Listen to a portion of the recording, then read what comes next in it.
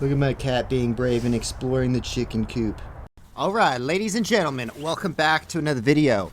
Today we're going to be talking about the new Dashcorps.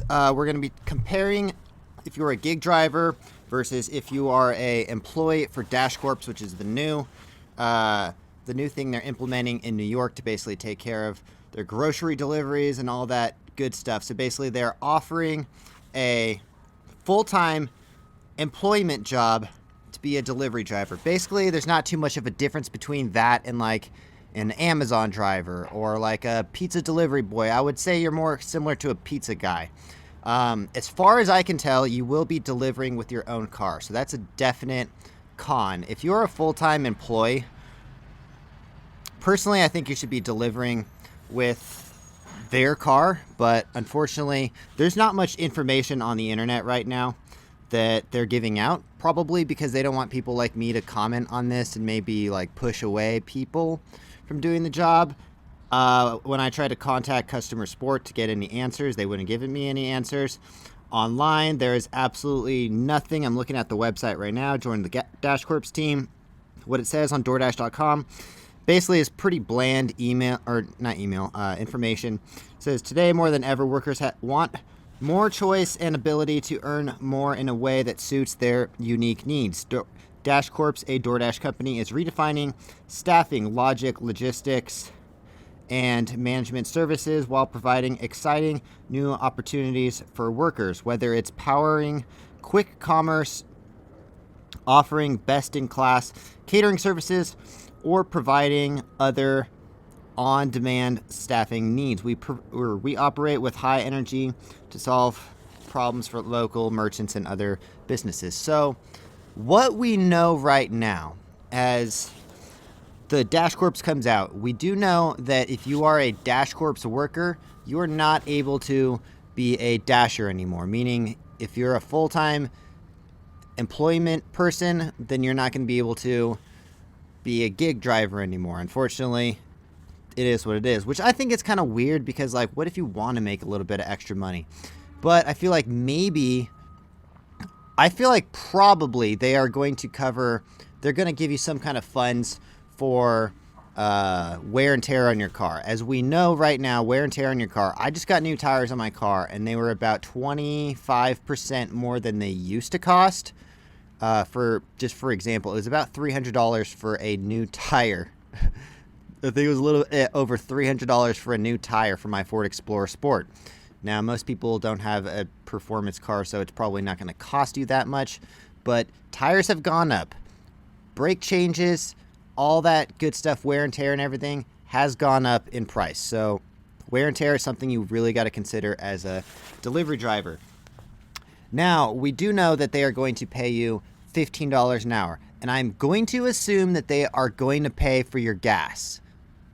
If they don't pay for your gas and if they don't pay for wear and tear on your car, this is just a total scam. But I'm going to assume that they have to pay for those kinds of things, because otherwise it doesn't make any sense. So if you have $15 an hour, $15 an hour at full time comes out to about $30,000 a year, depending on if you're working 40 hours every single week. But $15 an hour usually is about $30,000 a year. Now, with the New York taxes, it's an average. It depends on who you are, what you're claiming, and all that stuff, but it's basically about 30%. All right, so basically, you're going to pay $9,000 in taxes if you are a full-time employee. That is working 40 hours a week. Honestly, that's not that good of money. And let's be honest, if you want to be a full-time delivery driver, it's more like you're going for the benefits, and you're, in my opinion, to shut your brain off. Like, people don't become employees because they want to be creative. When you're an entrepreneur, when you're a gig driver, an independent contractor, you're being much more creative. Like, you're trying to create the best, most efficient way of making money. If you're a gig driver, you're always going to be looking out for better ways to make money. If you're an employee, it's kind of like you just shut your brain off and you go to work, and then you collect a paycheck at the end. They pay for your dental, and I don't know if they pay for your dental, but they pay for your health insurance and all that good stuff. Maybe you get like a 401k. I don't know. They don't give any information out Probably because they don't want people like me speculating and actually putting out what the realities of it, because I'm going to be honest, it probably isn't good. But the people that are going to jump at this opportunity are people that want to kind of shut their brain off and go just have a normal W-2 job. Now, as silly as it sounds to me and to most of the people that watch my channel, people do want to be a union worker. Like, people want the best of both worlds, and unfortunately you can't get that. You can't be a gig driver, make your own schedule, get benefits, get higher pay. It's one or the other. And it's essentially, as you're a dasher or a gig driver, you're basically running your own business. Now, of course, you're going to get lowball orders. I get lowball orders for my shows all the time. I get people who try to offer me $300 for a show that normally costs $5,000. Now, that's significantly lower than dealing with a $2 order, even though our website and everything that advertises our page says $5,000 minimum. So, unfortunately, you're always going to get lowball orders, and that's just something that comes with being a gig driver, or something that comes with owning your own business, basically. There's always going to be people that are lowballing you. Unfortunately, it's kind of a weird situation because DoorDash is kind of it's not like you're gaining new clients and actually running a business. It's more like you're running a business technically on paper, but really, are you? It's maybe you are, maybe you aren't. I don't know. This jacket is so ridiculous, but it's kind of cold outside, and I bought this jacket like a couple months ago, and I haven't worn it yet, so here we are filming outside. Anyways, so some of the benefits and the pros and cons, I would say, are, for one, if you're a gig driver, you make your own schedule. You get to do, like, you have ultimate freedom, basically. You can work whenever you want. That's the ultimate, in my opinion, that's the ultimate way of making money, is to be able to do it whenever you want, because you don't want to be logged in during, like, from between, like, lunch and dinner time when there's not many orders coming in. You don't want to be logged in the downtime. But if you're an employee, you are going, like, an employee doesn't even matter, because you're just getting a standard paycheck, $15 an hour. So, in my opinion, that's why I'm so pro for the gig driving. You can be very creative. You can make multiple streams of income while you're driving around.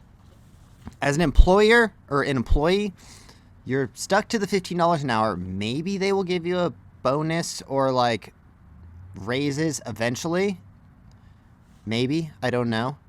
Because it's so new, we actually don't really have any information. If anyone works in New York and because there's not even a way to sign up online to be one of the Dashcorps employees. There's literally no way of applying.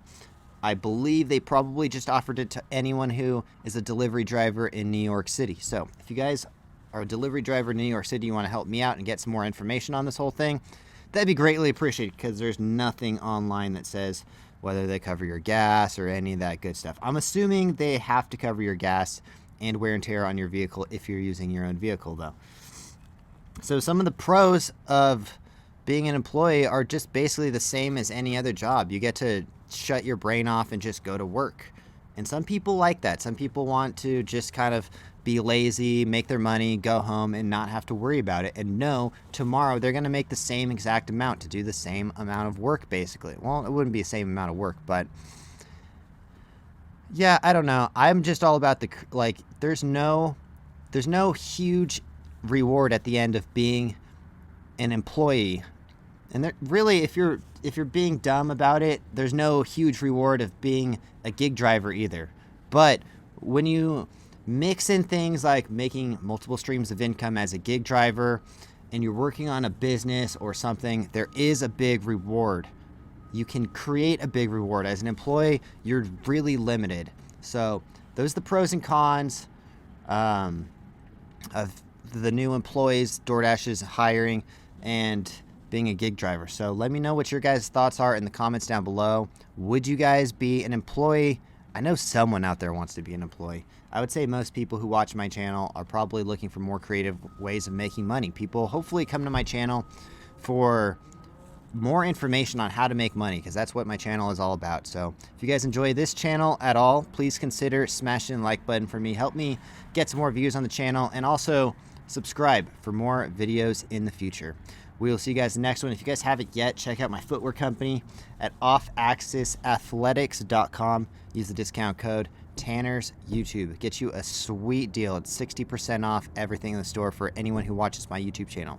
So if you want some shoes, go to offaxisathletics.com. We will see you guys in the next one. Thanks for watching. Let me know your comments and thoughts down below. Peace, guys.